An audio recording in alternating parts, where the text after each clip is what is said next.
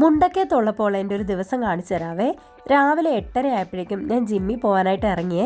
ബസ്സല്ല, ഇന്നൊരു ഷട്ടിലോട്ടാണ് കിട്ടിയത്. ഞങ്ങളുടെ പുലിക്കുന്ന് ടോപ്പിൽ ഓടുന്ന ചേട്ടനാണ്, ചേട്ടൻ്റെ വണ്ടിക്കാണ് പോയത്. അവിടെ ചെന്നപ്പം ഇന്ന് ലെഗ് ഡേ ആയിരുന്നു.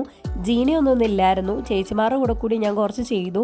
ലെഗ് കഴിഞ്ഞാൽ പിന്നെ നിങ്ങൾക്ക് അറിയാമായിരിക്കും, തീരെ പറ്റത്തില്ല. അപ്പോൾ കുറച്ച് നേരം ഒന്ന് കിടക്കണം. ഞാനൊരു മെഷീനിൽ കയറി സുഖമായിട്ട് കുറച്ച് നേരം കിടന്നു. അത് കഴിഞ്ഞ് 10:30 ആയപ്പോൾ ജിമ്മിൽ നിന്ന് ഇറങ്ങിയപ്പോഴും അമ്മ വിളിച്ചത്, കുട്ടൂന് എന്തോ ദഹന പ്രശ്നമുണ്ട്, വോമിറ്റിംഗ് ഒക്കെ ഉണ്ട്, മരുന്ന് മേടിക്കണമെന്ന്. അതിനായിട്ട് ഞാൻ കോസ്വേ പാലം കടന്ന് അവിടെ ചെന്നു. അവന് മരുന്നും മേടിച്ചു. പിന്നെ അവന്മാർക്ക് മീൻ മേടിക്കണമായിരുന്നു, മീനും മേടിച്ചായിരുന്നു. അത് കഴിഞ്ഞ് നമ്മുടെ മേളിലോട്ടുള്ള വഴിയില്ലേ, മേളിലേക്ക് കയറി വരുമ്പോൾ മരിയൻ ബസ് വന്നായിരുന്നു കേട്ടോ. ഞാൻ ബസ്സിൽ കയറി, പെട്ടിപ്പുറത്താണ് ഇരുന്ന, സീറ്റില്ലായിരുന്നു. അപ്പോൾ അതേ നമ്മുടെ ഈ ഡ്രൈവർ ചേട്ടൻ പറഞ്ഞു, മോളെ കഴിഞ്ഞ ദിവസം പോലെ ഞാൻ വീഡിയോ കാണുന്നുണ്ട്, സൂപ്പറാണ്. വീട്ടിൽ വന്നപ്പോൾ കുട്ടിനുള്ള മരുന്ന് കണ്ടപ്പോഴേ മനസ്സിലായി ഇന്നത്തെ ദിവസം അത്ര നല്ലതല്ലെന്ന്. കാര്യം ബലമായിട്ട് മരുന്ന് കൊടുക്കും കേട്ടോ. കുറച്ച് ദിവസമായിട്ട് ബോഡിക്കും മൈൻഡിനും ഒന്നും ഒരു റെസ്റ്റില്ല, ആകെ ഒരു ഓട്ടപ്പാച്ചിലാണ്. കുറച്ച് നൂഡിൽസ് ഉണ്ടാക്കി കഴിച്ചിട്ടേ ഞാൻ കഴിച്ചുകൊണ്ടിരിക്കുന്ന സമയത്ത് അമ്മയുടെ ഒരു വിളി, ഓടി വാടി ഈ ഒരു കണ്ടന്റ് കിട്ടിയെന്ന്. അങ്ങനെ വരുമ്പോൾ ഈ ചേരക്കുട്ട ഞങ്ങളുടെ ജാതിയെ കയറി ഇരിപ്പുണ്ടായിരുന്നു. തൊട്ടടുത്ത് പോയി എൻ്റെ ഇഷ്ടത്തിനനുസരിച്ച് ഞാൻ വീഡിയോ അങ്ങോട്ട് കവർ ചെയ്തിട്ടുണ്ട്. നിങ്ങൾ ഓർക്കും എനിക്ക് പേടിയില്ലേ ഈ കൊച്ചെന്നെ അടുത്ത് പോയി നിൽക്കുന്നതെന്ന്. ഒന്ന് ചേരയാണ്, പിന്നെ ഞാൻ മൂർഖനുള്ളപ്പോഴും അടുത്ത് പോയി വീഡിയോ എടുത്ത ചരിത്രമൊക്കെ എനിക്ക് ഉണ്ട് കേട്ടോ. പിന്നെ കുറച്ച് ദിവസമായിട്ട് സ്കിൻ കെയർ ഒന്നും നോക്കുന്നില്ല. കണ്ണിനടിയിലൊക്കെ കറുത്ത പാട് വന്നു, ഉറക്കം ശരിയാവുന്നില്ല. അങ്ങനെയൊക്കെ ആയപ്പോൾ ഞാനൊരു ഡീറ്റാൻ ഫേഷ്യൽ ക്ലെൻസർ ഉപയോഗിച്ചു കേട്ടോ. ചിരിക്കരുതേ, ഓരോരോ മണ്ടത്തരങ്ങൾ കാണിച്ച് കണ്ണിലൊക്കെ പോയി. അത് കഴിഞ്ഞ് റെഡിയായിട്ട് നമുക്ക് അത്യാവശ്യമായിട്ട് ഒരിടം വരെ പോകണമായിരുന്നു. ഇന്ന് കൂട്ടുകാരായിട്ട് ഈവനിങ് ഒന്ന് വൈബ് ചെയ്യാനായിട്ട് പോവുകയാണ്. എനിക്ക് നാട്ടിലിങ്ങനെ കമ്പനിയൊന്നും ഇല്ല. പിന്നെ ജിമ്മിൽ പോയി തുടങ്ങിയപ്പോൾ കിട്ടിയതാണ് നമ്മുടെ ട്രെയിനറിൻ്റെ വുഡ് ബി ആയിട്ടുള്ള ജീന. നിങ്ങൾക്കറിയായിരിക്കും, വീഡിയോസിലൊക്കെ വരാറുണ്ട്.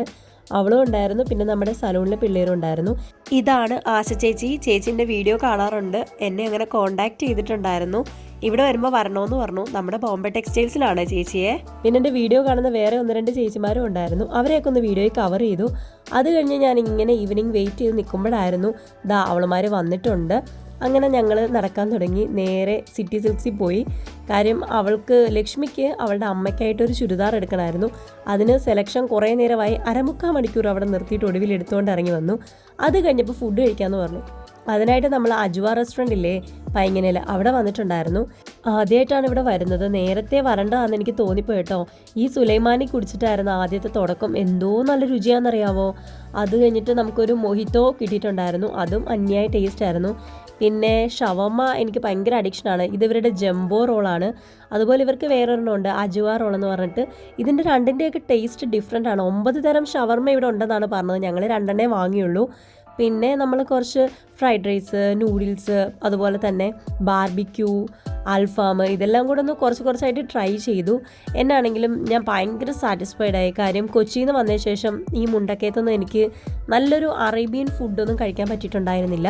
പക്ഷേ ഇവിടെ വന്ന് നല്ല ഫുഡ് കഴിക്കാൻ പറ്റിയിട്ടുണ്ടായിരുന്നു. നല്ല ജ്യൂസി ആയിട്ടുള്ള ബാർബിക്യൂ. ഇപ്പോഴും എനിക്ക് അതിൻ്റെ രുചി നാവിൽ നിന്ന് പോയിട്ടില്ല. അപ്പോഴാണെങ്കിൽ കുറച്ച് കഴിച്ചപ്പോഴേ വയറ് നിറഞ്ഞു. പിന്നെ ഇവരുടെ അൽഫാമാണ് എനിക്ക് ഭയങ്കര ഇഷ്ടപ്പെട്ടു.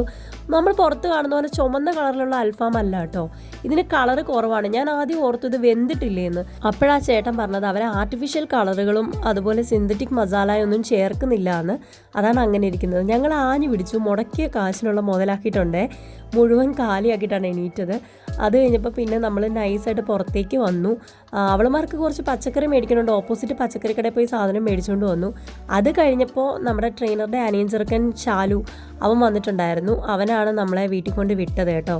അങ്ങനെ വീട്ടിലേക്ക് പോകുന്നതിന് മുമ്പായിട്ട് നമ്മൾ ലക്ഷ്മിയുടെ വീട്ടിലൊന്ന് കയറി. ഭയങ്കര ഹാപ്പിയായി. ക്യൂട്ടായിട്ടൊരു പട്ടിക്കുട്ടനുണ്ടായിരുന്നു അവിടെ. അതുപോലെ ലക്ഷ്മിയുടെ അമ്മ എൻ്റെ വീഡിയോസൊക്കെ കാണുന്നതാണ്. ചെന്നപ്പം ആരോ നമുക്ക് നേരത്തെ ബന്ധമുള്ള ഒരാളെ പോലാണ് അമ്മ ഇടപെട്ടത്. ഭയങ്കര ഹാപ്പി ആയിട്ടോ. അവളുടെ പട്ടിക്കുട്ടിയാണെങ്കിൽ അവളെപ്പോലെ തന്നെ ഭയങ്കര കുറുമ്പനാണ് കേട്ടോ. പിന്നെ അമ്മയോടും അച്ഛനോടും ഒക്കെ സംസാരിച്ചപ്പോൾ മനസ്സിന് ഭയങ്കര ഒരു സന്തോഷം ഫീൽ ചെയ്തു. അത് കഴിഞ്ഞ് നമ്മുടെ വീടിൻ്റെ അവിടെ കൊണ്ട് വിട്ടിട്ടാണ് അവർ പോയത്. പിന്നെ ദാണ്ട് ഇവിടെ വന്നപ്പോൾ ഒരു സുന്ദരിക്ക് ഭയങ്കര ജാട. എനിക്ക് കൊതി കൊണ്ട് ഞാനൊന്ന് എടുത്തു. ഞാൻ പറഞ്ഞില്ലേ ഈ ആഴ്ച ഞാൻ റെസ്റ്റ് ഒന്നും എടുത്തിട്ടില്ലെന്ന്. ഭയങ്കര മൈഗ്രെയിൻ ആയിരുന്നു എനിക്ക്, നമ്മുടെ വയ്യാഴികയൊക്കെ ഉള്ളതുകൊണ്ടേ. പിന്നെ ഞാനിപ്പോൾ മെഡിസിനൊക്കെ വീണ്ടും സ്റ്റാർട്ട് ചെയ്തിട്ടുണ്ട്. അപ്പോഴേക്കും അമ്മയൊരു പപ്പായ ജ്യൂസ് കൊണ്ടുവന്നു, അതും കുടിച്ചു. ഇന്നത്തെ ദിവസം അങ്ങ് അവസാനിപ്പിച്ചു.